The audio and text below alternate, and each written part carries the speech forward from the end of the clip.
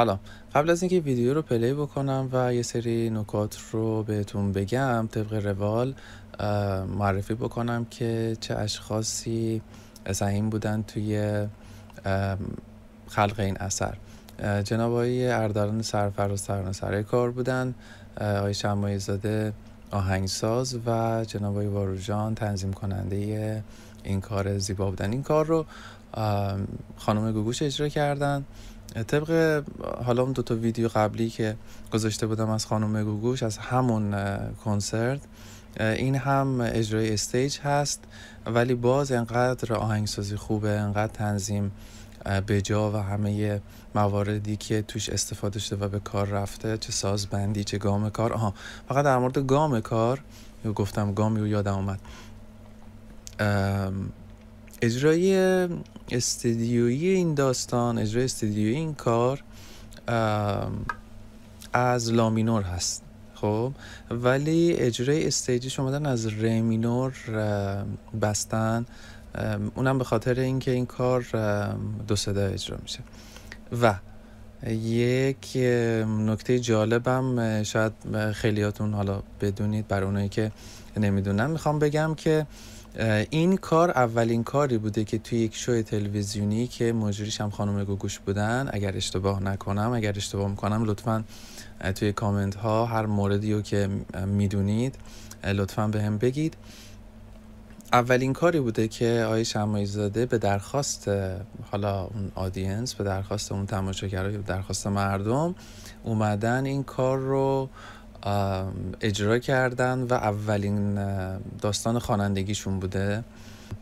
جناب آقای شماعی زاده یکی از بهترین نوازندگان سازهای بادی برنجی هستند، منتها به خاطر مشکلاتی که براشون به وجود اومده، به خاطر تمرین سنگینی که داشتن، ظاهراً دیسک گردن میگیرن و همین موضوع باعث میشه که ایشون بیان و شروع بکنن به کار آهنگسازی. اصلا خوب نیست حالا این که این اتفاق براشون افتاده، ولی پیش خودم فکر میکردم که اگر جناب آقای شماعی زاده نمی اومد توی کار آهنگسازی و یه همچین اثرات بسیار زیبایی رو، یه همچین آثار بسیار زیبایی رو خلق نمی کرد، چی جوری میشد به نظرتون؟ خب بریم ویدیو رو نگاه بکنیم، مثل نکات رو بهتون بگم.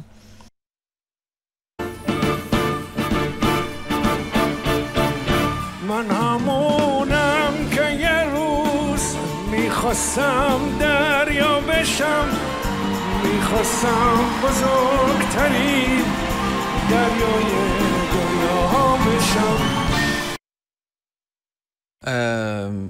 دیدید موقعی که تشریف آوردن رو استیج چه انرژی رو دادن؟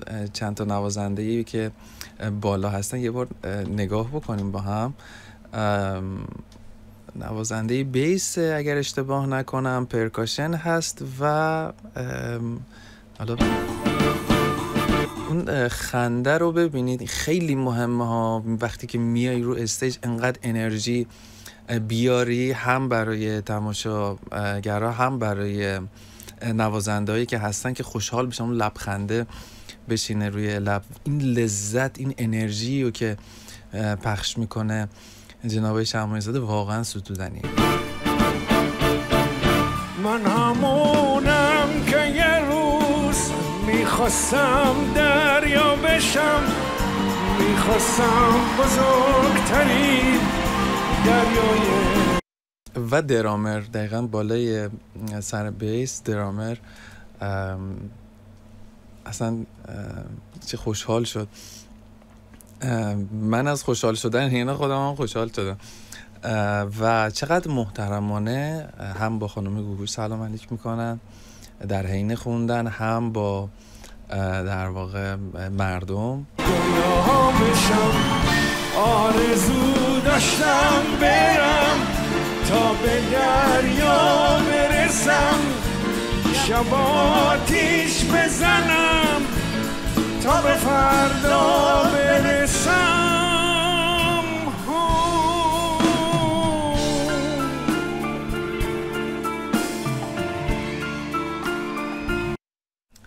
توی اجرای استدیویش این پترنی که داره پیانو اجرا میکنه رو گیتار اجرا میکرد و به نسبت، ببینید کار وقتی تنظیم میشه به نسبت صدای خواننده تنظیم میشه دیگه.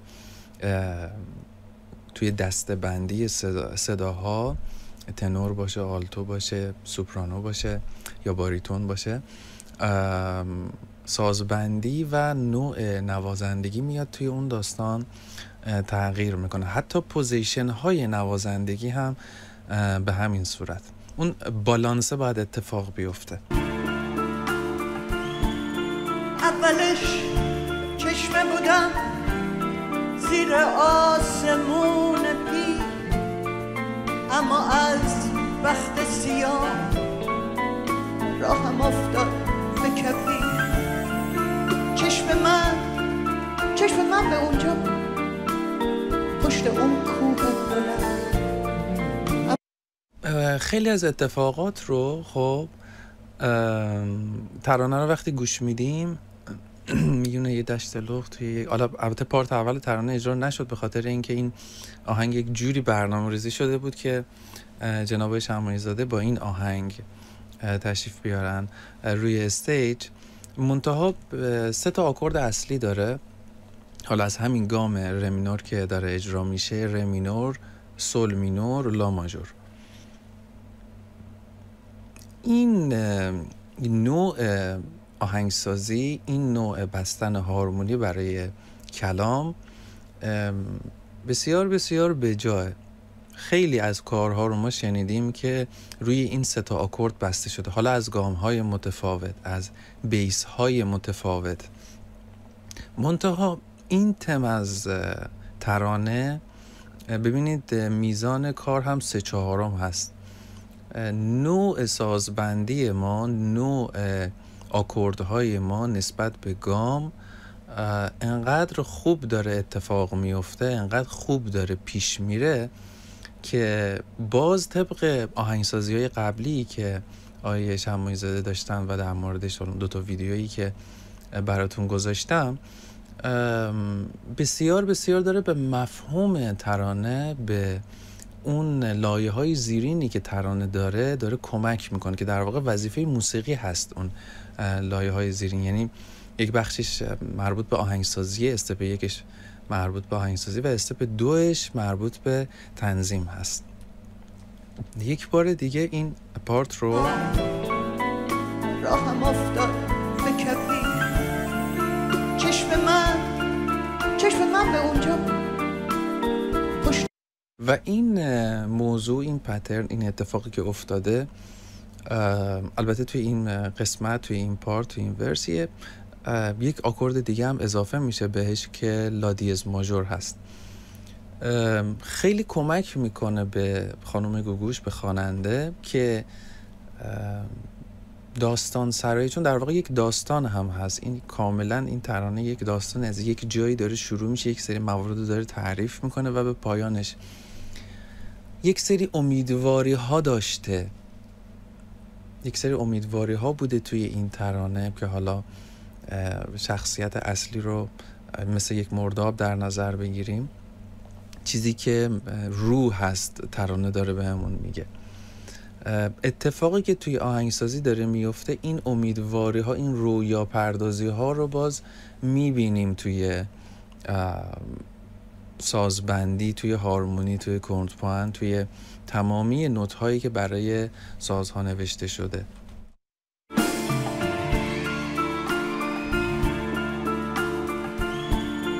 اولش چشمه بودم زیر آسمون پیر، اما از وقت سیاه راهم افتاد به کپی.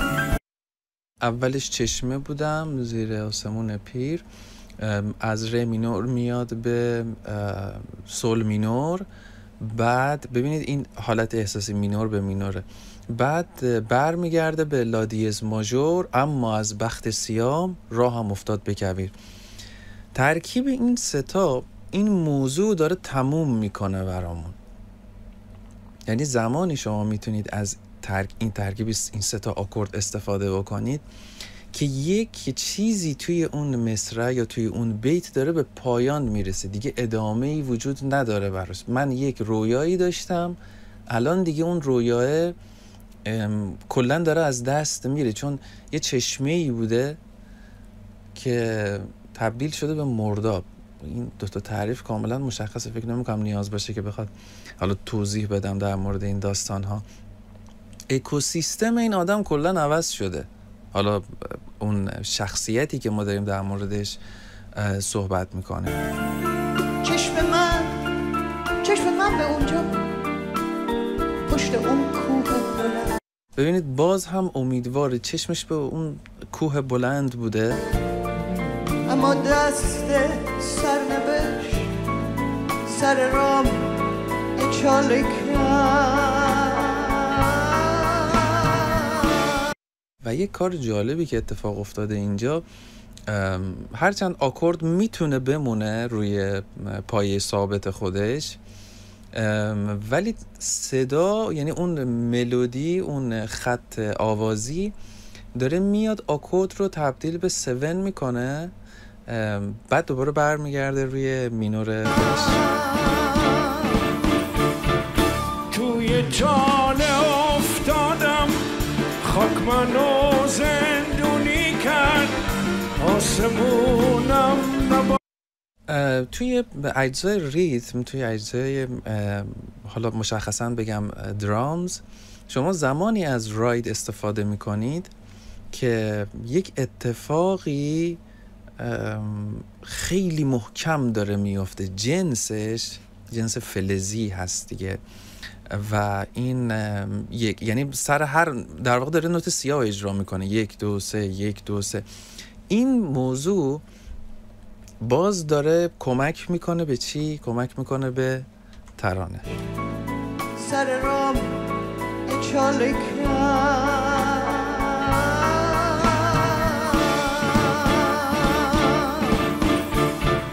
توی جاله افتادم، خاک منو زندونی کرد، آسمونم نبارید. اما ره مینور، سل ماژور، بعد داریم میایم دو ماژور. یک اتفاق بوده که در واقع اون رویا پردازیش بود، اون از قدیم رویا پردازیش بود که دیگه همه چیز به باد رفت، اما الانو داره تعریف میکنه. الان ببینید این دو ماژور، حالا از این گامی که داریم میگیم، ببینید دو ماژور چقدر داره کمک میکنه به آسمونی که نبارید. سر رام اچاله کرد.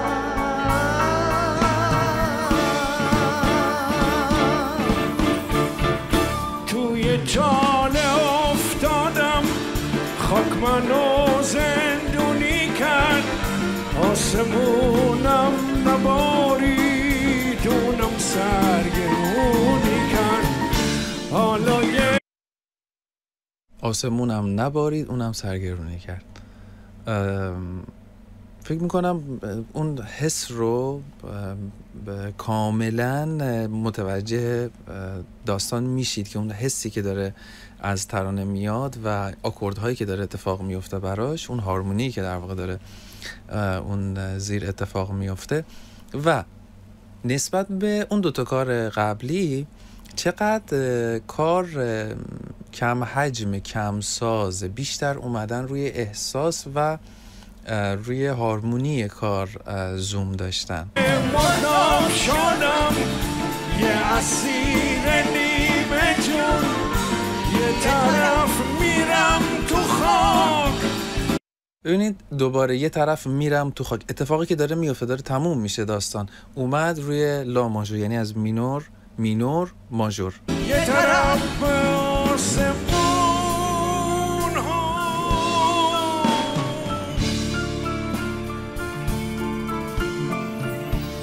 خورشید از اون بالاها، زمینم از این پایین. فلوت ببینید داره چی کار میکنه. خورشید از اون بالاها، لا لا لا لا لا، خورشید از اون بالاها،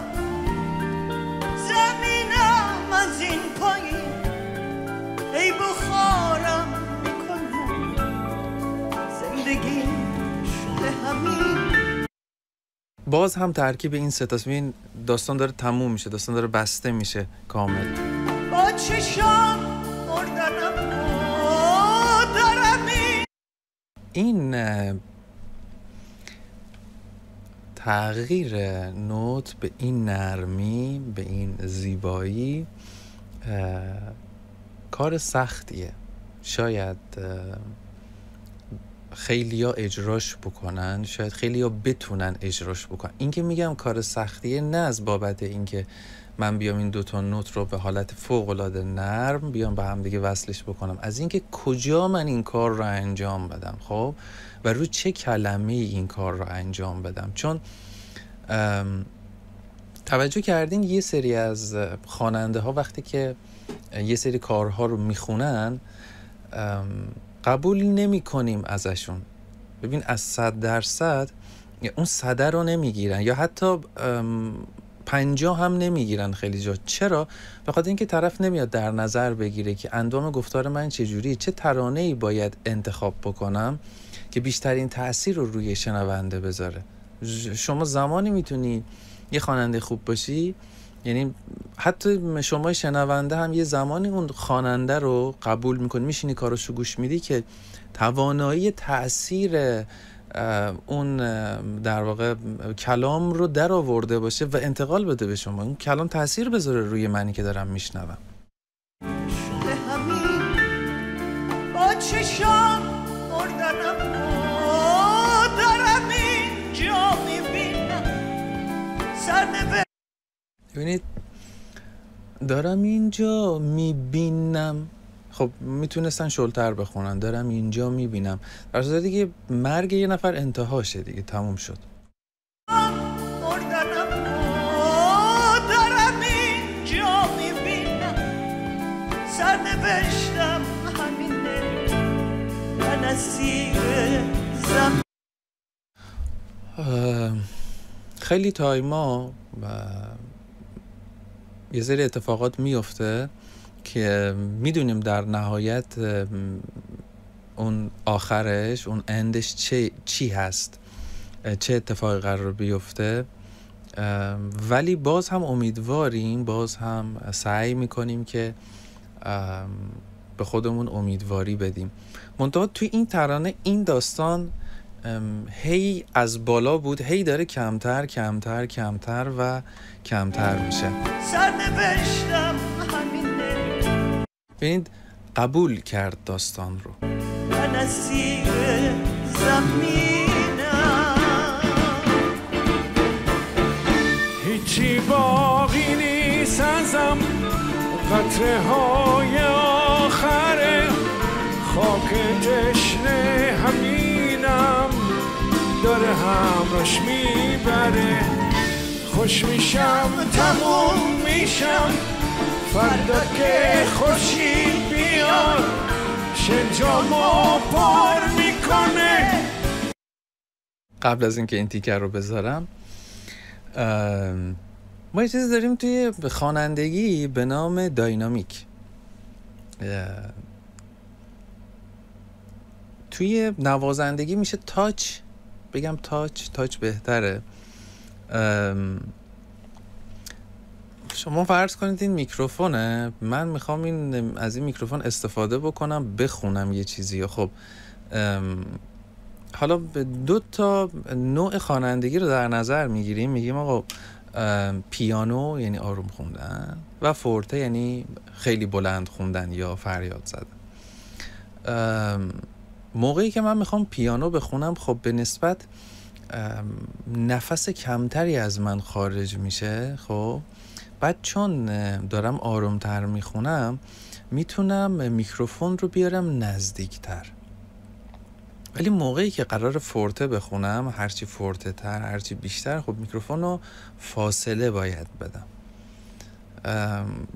حالا بعدن اگر که هر جای خودتون رفتین دیدین، کنسرتی دیدین، اجرای زنده دیدین، بالاخره توجه بکنید به این چیزا، به این ریزکاری‌ها، ببینید طرف چقدر حرفه‌ایه تو کارش.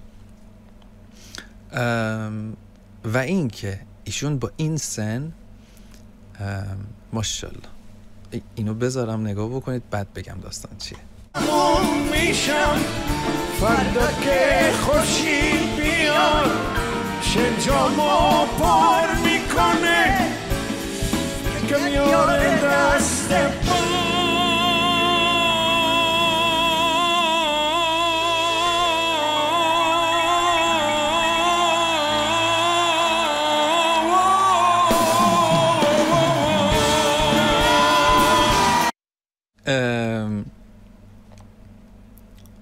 این نفس مثلا مشخصه که شخص نوازنده است، نوازنده سازهای ذهی، ببخشید نوازنده سازهای بادی هست، ساز به خصوص هم بادی برنجی که سازهای سنگینی هم هستن و چقدر خوب نفس گرفتن ولی لطمه نزد.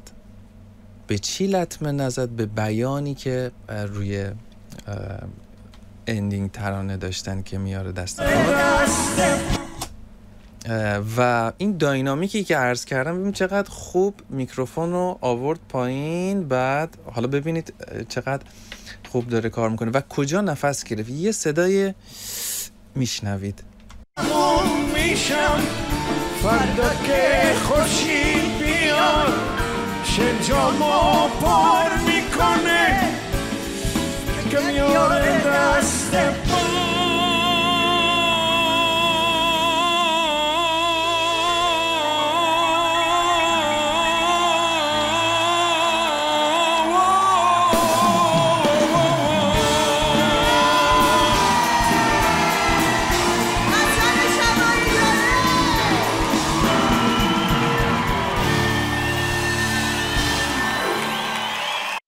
خب تا ویدیو بعد، خدا نگهدار.